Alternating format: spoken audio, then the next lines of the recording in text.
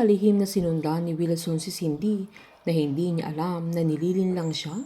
at nang malaman nila Cindy at Gina na nag-iimbestiga siya ay gumawa sila ng paraan para malusutan na naman nila at para mawala ang pagdududa ni Wilson sa kanila. Nagkunwaring nagulat pa si Cindy pero talagang hinayaan niyang masundan siya ng asawa niya na parang totoong balisa siya at may kikitain sa sandaling yan. Umamin si Cindy na binayaran niya noon si Ibe para palabasing niloloko siya ni Divine dahil takot siyang iwan sila ni Wilson noon na hanggang doon lang yun na kailangan siyang paniwalaan ng asawa niya. Umiiyak pa siya habang sinaad niyang gusto na niyang itigil ang koneksyon niya kay Ibe pero blina-blackmail siya nito na hindi na sapat ang pera na pambayad niya dahil katawan niya ang gusto ni Ibe na kung hindi siya makikipagkita sa kanya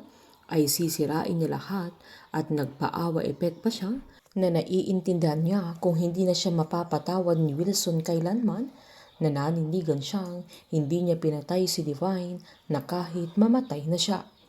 Giniit ni Wilson na haharapin nilang dalawa si Ibe pero nagpalusot si Cindy na masama siyang tao at mapanganib kung makikipagkita pa sila sa kanya na ang totoo ay hindi talaga siya makikipagkita kay Ibe sa gabing yan na ginawa lang nila ni Gina para mapaikot na naman nila si Wilson na sinaad pa niyang kailangan nilang umuwi. Nang desidido na si Wilson na makikipagkita kay Ibe ay biglang tumawag ang mga investigador niya para ipaalam na nakaengkwentro nila si Mang Ibe at ang mga tauhan niya pero nakatakas sila kaya umuwi din sila agad. Gulat na gulat ang pamilya nila Wilson nang biglang may mga securityng sumulpot sa bahay nila na giniit ni Wilson na walang lalabas, na wala siyang permission dahil si Mang Ibe ang may kagagawa ng lahat ng mga problema nila at nakatakas pa siya.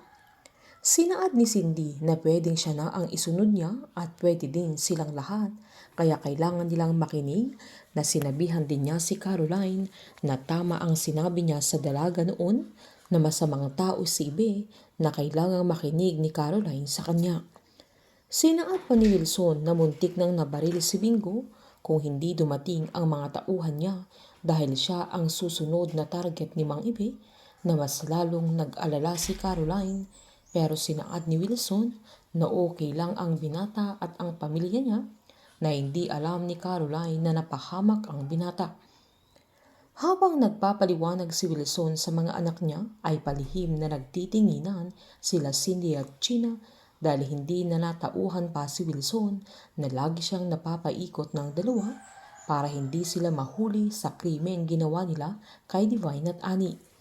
Ang alam nila Cindy at Gina ay patuloy nilang maitatago ang katotohanan pero tadhana na ang maniningil sa kanila para mabigyan ng hustisya sila Divine at Annie at magkaroon ng mapayapang buhay sila Bingo at Caroline. Painit ng painit ang mga tagpo, sabay-sabay po nating subaybayan ang advance episode at ang nalalapit na pagtatapos ng Can't Buy Me Love dito po sa aking channel. Patuloy lamang po manood at mag-subscribe para ma-update po kayo sa mga susunod na episode. Marami pong salamat.